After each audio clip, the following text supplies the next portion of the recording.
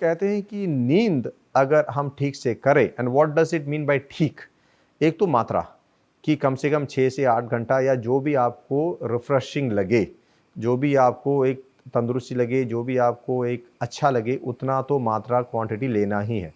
दूसरी बात है किस दिशा में सर रखा जाए।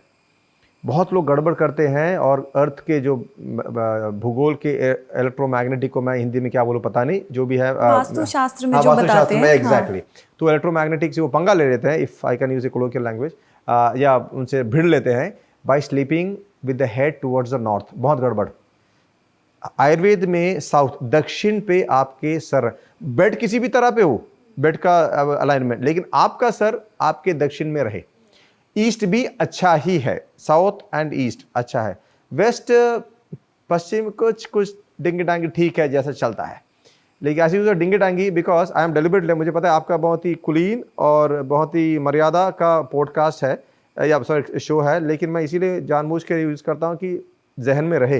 हाँ। कभी कभी ना कुछ उल्टे पुल्टे शब्दों का प्रयोग ज़्यादा दिमाग में रहता है, तो इसीलिए मैं ऐसे जानबूझ के बोल रहा हूँ। तो ये पश्चिम की तरफ उतना ठीक नहीं है। उत्तर की तरफ सिर रख के सोना तो डेड बॉडी, मुर्दा को रखते हैं, मृतदेह को रखते हैं, तो दैट इज़ नॉट। और ऐसे बहुत सारे वारदात हैं जहाँ पे हमने उनको ऐसा एक एडवाइस दे दिया, कि उपदेश दे दिया कि आप आपका सोने का पोजीशन चेंज करें, दे फील सो बेटर। हाँ। स्ट्रेस का सिचुएशंस जो माहौल सेम है, ऑफिस का या वो घर का माहौल सब सेम है, लेकिन ये शख्स अपने स्ट्रेस को बेहतर हैंडल कर पा रहा है क्योंकि उसका चिड़चिड़ापन, उसका जो लेवल ऑफ एंग्जाइटी, उसका स्ट्रेस हैंडलिंग थ्रेशोल्ड बहुत ही बढ़ गया। पर डॉक्टर साहब, जैसे जो लोग शहर में रह रहे हैं, मेन सिटीज में, अब कोट्टयम तो बहुत सुंदर है, हर जगह ग्रीन है, ग्रीन exactly. और very blessed like that people here. पर जो शहर में रह रहे हैं, अच्छा 8, 10, 12 घंटे का काम करते हैं कंप्यूटर के सामने, फिर गाड़ी में बैठ जाते हैं या बस में बैठ जाते हैं, ट्रेन में, अगेन इलेक्ट्रिक, फिर वो घर पहुंचते हैं। अब सबके पास तो गार्डन्स नहीं है ना, उसका भी सब तरीका है, हाँ, कि ग्राउंडिंग नहीं हो रही है। अच्छा, अगर इंसान 8 घंटे भी सो जाए, वो बहुत टायर्ड उठता है ना, तो कैसे करे? ये बहुत मुश्किल है। एक बात है कि आयुर्वेद की खास बात है कि ये सदियों से, अभी मैं उसको हिंदी तो ना बोल, लेकिन it has went through the test of time. ये सिद्ध, जैसे बोलते हैं कि सिद्ध मंत्र, that's the nearest correlation I can bring to, it has withstood the test of time.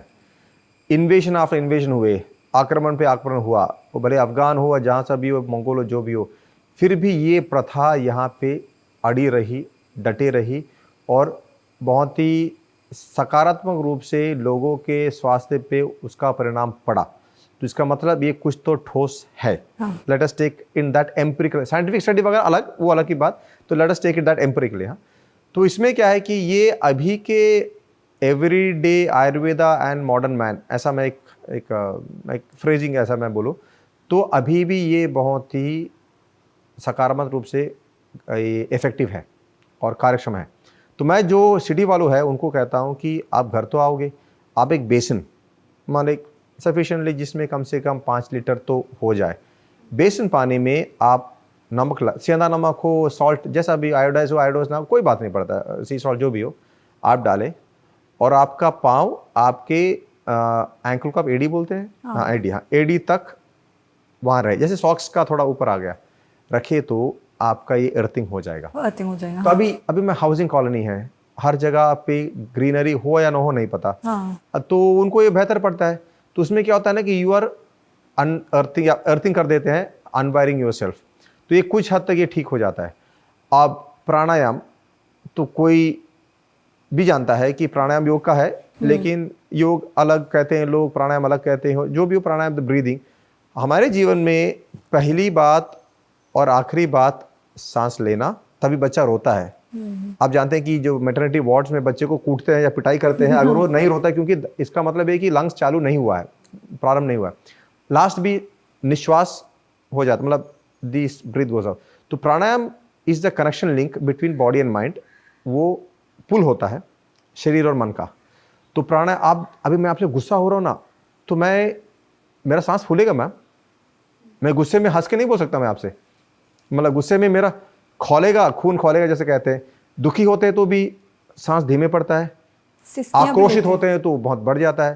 तो इसका मतलब आप ब्रीथ को कंट्रोल में करते हो तो मन भी बेहतर होता है, और स्ट्रेस तो मन की बात होती है, शारीरिक स्ट्रेस तो है ही। तो प्राणायाम से ये होता है कि लोग अपने आप को नॉर्मलसी पे लेते हैं।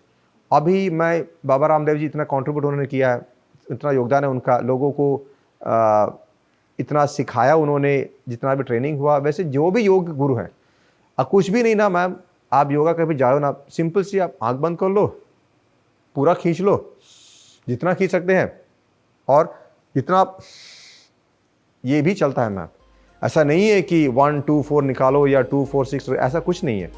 आप माइंडफुली आंख बंद कर कर, I am just closing my eyes for the sake of demo, आप एक ब्लॉक करो, पूरा ले लो और यहाँ से निकाल दो, ऐसा आप करते हो, आप खुद ही डी एस्केलेशन आपका हो जाएगा।